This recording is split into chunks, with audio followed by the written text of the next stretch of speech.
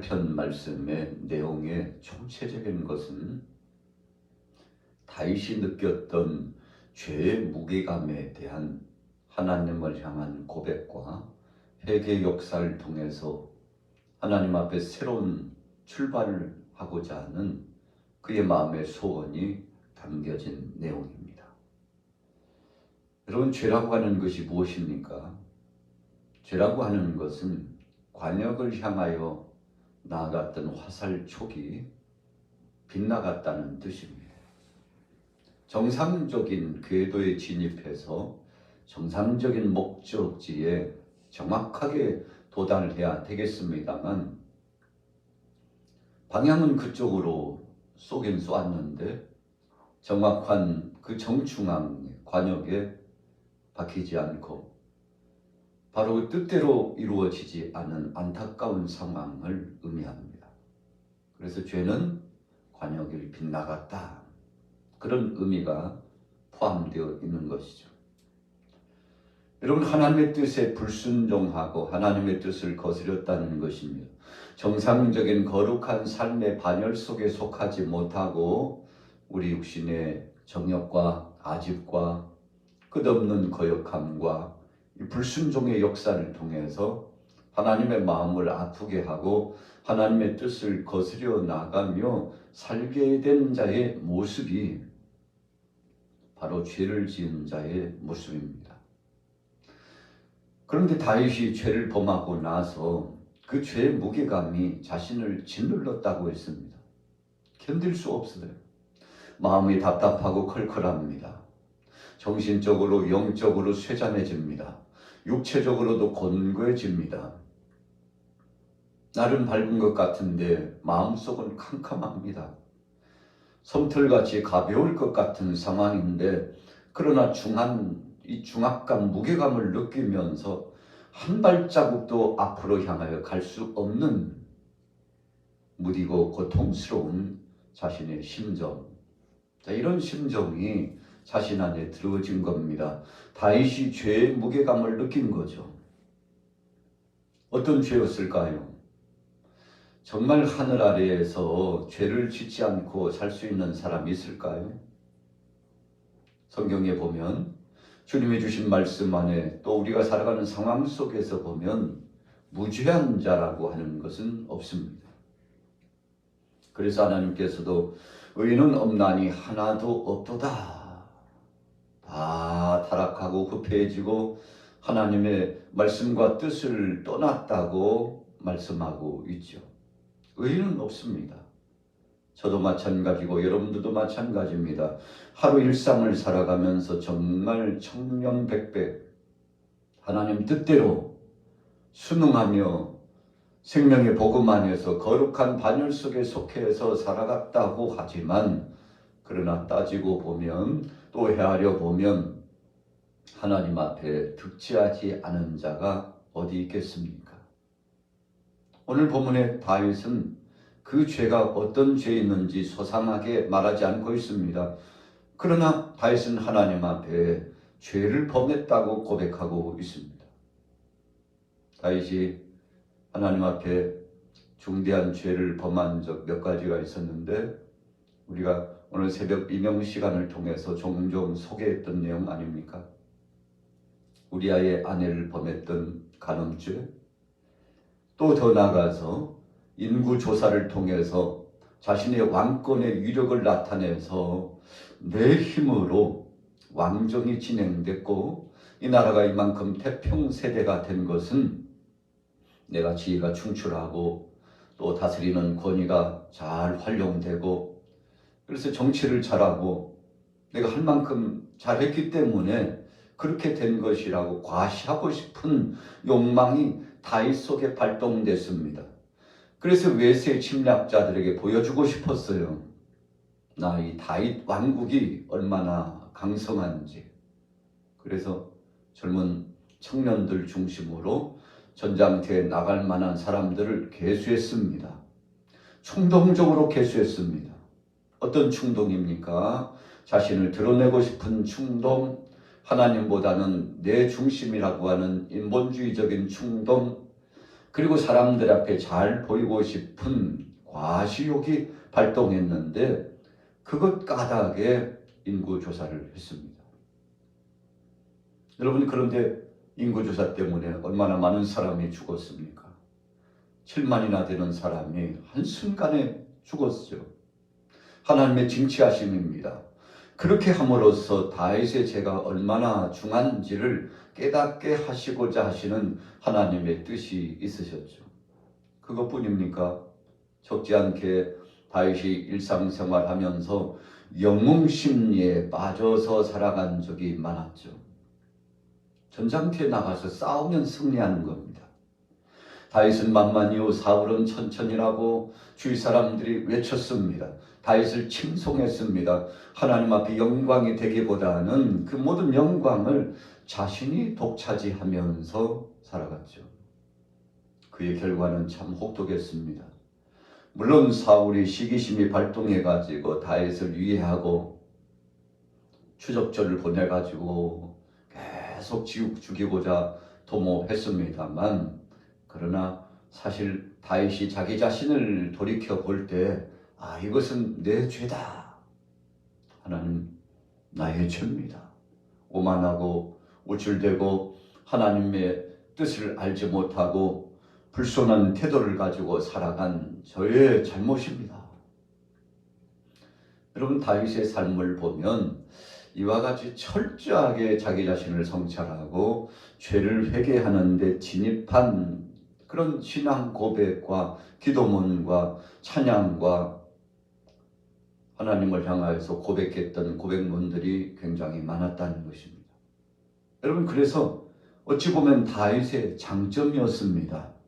한편으로 보면 하나님의 징계를 받고 책직 막대기를 당하고 그래서 정말 그 죄에 대한 값을 받을 만한 사람이라고 정죄할 수 있지만, 또 다른 한편에서 보면 그는 하나님 앞에 겸손한 자였다는 것입니다.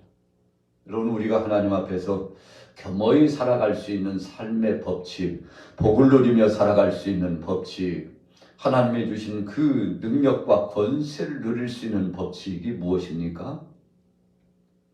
하나님, 저는 하나님 없이는 살 수 없습니다. 이렇게 겸허히 하나님 앞에서 자기 자신의 부족함을 고백하면서 올려드리는 겁니다.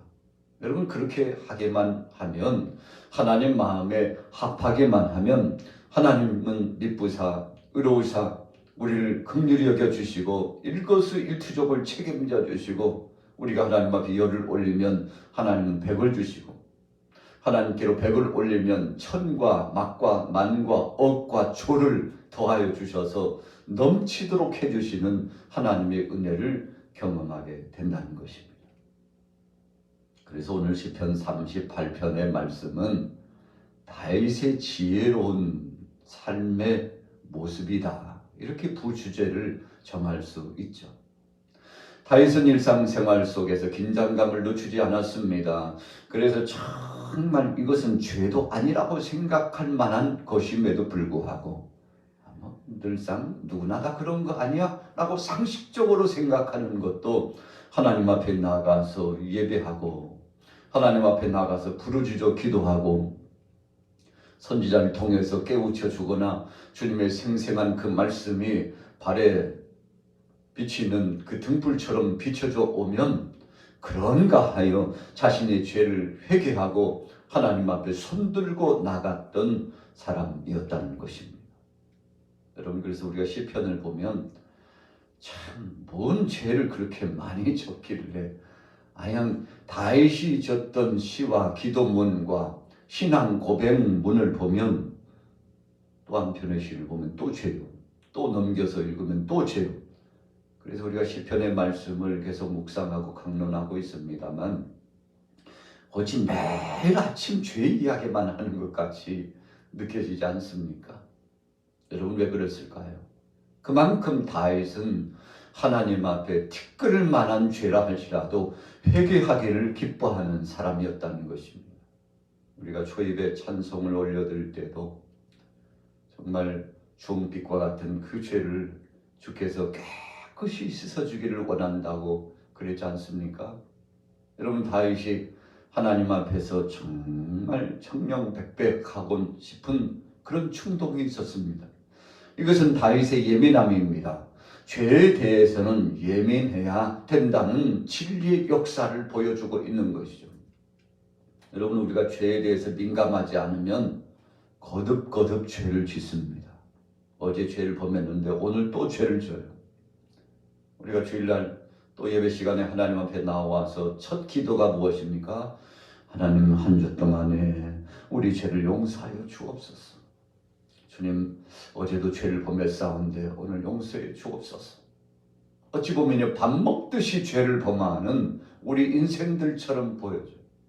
어떤 때는 회의감이 느껴져요. 무슨 회의감입니까? 나 자신에 대해서, 우리 자신에 대해서 정말 아니 어떻게 밥 먹듯이 죄를 범하고도 하나님 앞에 나와서 또 회개 기도를 하나. 늘 죄만 짓는 인생들 왜 하나님 앞에 나와서 그렇게 의인인 척 하나. 여러분 우리 자신들, 나 자신을 보면 참 담대함이 세네. 아이고 어떻게 그 얼굴로 그 마음으로 하나님 앞에 와서 또 회개를 하지? 여러분 우리 자신들을 보면 그런 생각을 가질 수 있습니다. 오늘 본문에 다윗은 그럼에도 불구하고 하나님 앞에 나가서 멜처럼 자신의 죄를 회개하기를 즐겨했습니다. 그렇게 함으로써 성결되고 그것을 세척하기가 오빠가 입기 귀찮으니까 내일도 입고 모레도 입고 계속 입자. 땀이 범벅됐는데도 계속 입고 다니면 거친 멀쩡한 것 같아도요.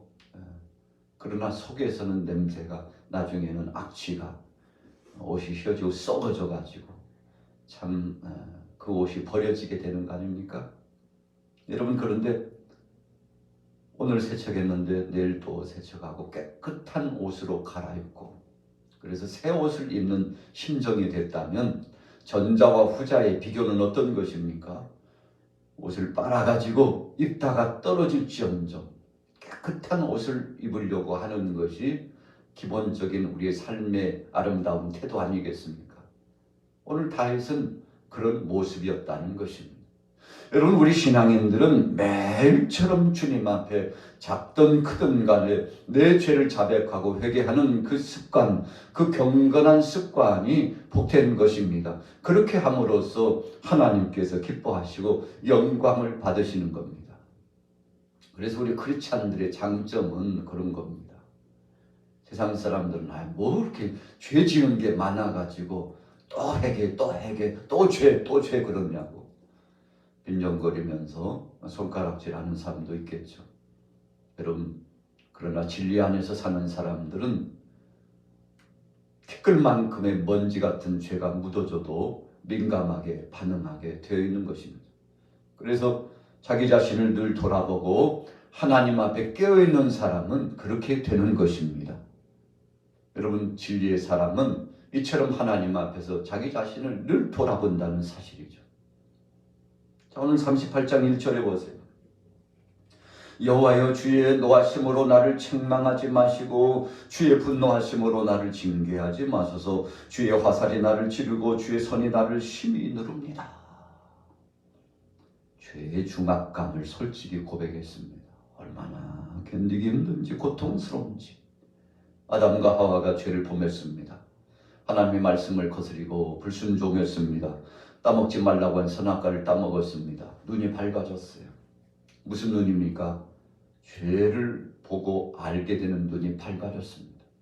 하나님의 것보다는 세상 것을 보는 눈, 성령의 역사보다는 사탄이 좋아하는 것을 쫓아가는 육신적인 소욕의 것, 이런 것들이 밝아지고 그래서 자신들을 괴롭히는데 하나님이 부르시나 하나님 앞에 가까이 갈 수 없었습니다. 두려움이 가득 찼어요. 그 죄에 대한 중압감이 견딜 수 없었어요. 가인이 동생 아벨을 돌로 쳐 죽였습니다. 그런데 얼마나 괴롭고 고통스러운지 하나님 앞에 호소합니다. 죄의 중압감이 나를 짓눌러서 못 살겠다고 아우성을 치지 않습니까? 여러분 이미 가인은 어찌 보면 용서받은 것 같지만 양심에 찔려가지고 하나님께서 그를 채찍질하고 있었다는 것입니다.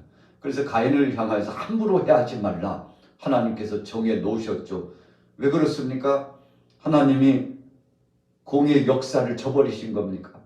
그러지 않아요. 이미 가인은 고통스러운 나날을 살아가고 있는 것입니다. 그래서 그 고통을 느끼면서 그 죄의 값이 얼마인가를 그는 헤아리고 있었던 것이죠. 아나니아와 삽비라가 하나님 앞에 마음을 작정하고 정말 정성을 다하여서 요셉처럼 바로 자신의 그 결단의 직전에 헌신했던 사람들처럼 우리도 한번 그렇게 하나님 앞에 올려드려보자고, 그래서 자신의 가산을 팔아가지고 이제 하나님 앞에 올려드리려고 했는데 인색한 마음이 들어왔습니다. 그래가지고 전부 올려드리지 못했어요. 하나님 앞에 소원하고 작정한 대로 올려드리지 못하고 일부를 떼어놓았습니다. 베드로가 묻습니다. 이것이 전부입니까? 그렇다고 아주 당당하게. 여러분, 그러나 성령께서 역사하시고 하나님의 징치하신 손길이 함께하므로 아나니아도 삽비라도 현장에서 즉사해서 죽게 되는 안타까움이 왔죠. 왜 그렇습니까? 죄의 중압감이 오지만 하나님께서 회개할 수 있는 기회를 주었지만 회개하지 않음으로 말미암아 채찍막대기를 받고 참 안타까운 상황으로 전락하게 되지 않았습니까? 죄에 대해서 민감하게 반응하고 회개하지 못했다는 것입니다. 여러분, 그러니까 큰 죄든지 작은 죄든지 민감하다는 것은 깨어있는 것을 의미합니다. 여러분, 우리가 피부치에 조그만 가시만 박혀도요 아주 민감합니다. 그 작은 가시가 박혔는데 일상을 살아가기가 너무 힘들어요. 여러분, 발바닥에 박혀보세요. 걸을 수가 없어요. 그거 그람으로 따지면 그거 저울로 재면요 무게감도 안 나타납니다. 그 작고 작은 것이 박혀가지고 몸을 괴롭히는데 죄라고 하는 것이 그렇게 발동합니다. 참 아무것도 아닌 것 같고 누구나 다 그렇게 살아가는 것 같은데 그것이 괴롭혀요. 그것이 삶을 피폐하게 만듭니다. 그런데 물로 씻어버리고 불같은 것으로 태워버리고 철저하게 회개함으로써 작은 것이라도 제해버리고 나면 어디서부터 찾아왔는지 마음의 평화가 찾아오고 하나님의 위로하심이 역사되고 마치 훨훨 날아갈 수 있을 것과 같은 기분이 들어지는데, 여러분, 이것이 바로 평화의 역사 아니겠습니까? 그래서 하나님 앞에 받은 복 중에 최고의 복은 마음의 평화입니다. 그렇다면 정말 가장 무거운 죄는 무엇일까요? 지옥이 따로 없구나. 마음이 고통스러운 것입니다. 침울하고 어두워지는 겁니다. 앞이 캄캄하고 답답한 것입니다. 하나님과 나 사이에 관계가 깨어졌다는 사실 때문에 두려워 떠는 것입니다. 여러분, 이것이 지옥이라는 거예요. 다른 것이 지옥이 아니고, 그래서 우리는 일상을 살아가면서 어떤 사람은 천국을 경험하는 사람이 있는가 하면 어떤 사람은 지옥 같은 삶을 살아가는 사람이 있는데, 여러분들은 하루를 살아가면서 어떤 삶을 사시겠습니까? 자, 본문에 보세요. 3절에 주의 진노로 말미암아 내 살에 성한 곳이 없사오며 나의 죄로 말미암아 내 뼈에 평안함이 없나이다. 그러면서 4절에 내 죄악이 내 머리에 넘쳐서 무거운 짐 같으니 내가 감당할 수 없나이다. 하나님, 내 죄, 하나님, 내 죄, 이 죄가 나를 짓눌러 괴롭게 합니다. 여러분, 그래서 우리는 하나님 앞에 우리 자신의 죄를 내어놓는 것이 가장 복된 삶입니다. 다윗은 자신의 죄를 생각했을 뿐만 아니라 외세 침략자들에 의해서 노력당하고 공격당하고 정말 힘겨울 때에도 하나님, 저의 죄값 때문이지요. 주님, 나를 용서해 주옵소서. 여러분, 이렇게 기도할 줄 아는 현명한 현자, 믿음의 사람이었다는 것입니다. 그래서 그는 수금을 켜고 하나님을 찬양할 수 있는 평강의 시간을 얻게 되었던 거죠. 오늘 여러분들이요, 오늘 하루를 정말 윤택하고 복되게 살아가는 비결은 첫 시작을 하나님 앞에 주여 나의 죄를 용서하옵소서. 그리고 생명의 진리의 말씀 안에 거룩한 반열에 주님이 허락하신 그 은혜 안에 살아갈 수 있기를 소원합니다. 여러분, 이 한마디 혹은 두 마디의 회개 기도가 우리를 살리고 회복하는 것입니다. 여러분, 이런 것들이요 계속 축적되면 묵은 찌꺼기와 때처럼 우리를 처해하고 고통스럽게 하는데, 오늘 하루를 살아갈 때 정말 주님 주신 감격스러운 은혜와 능력, 믿음으로 살아가시고 큰 복을 누리게 되시기를 예수님의 이름으로 축원합니다.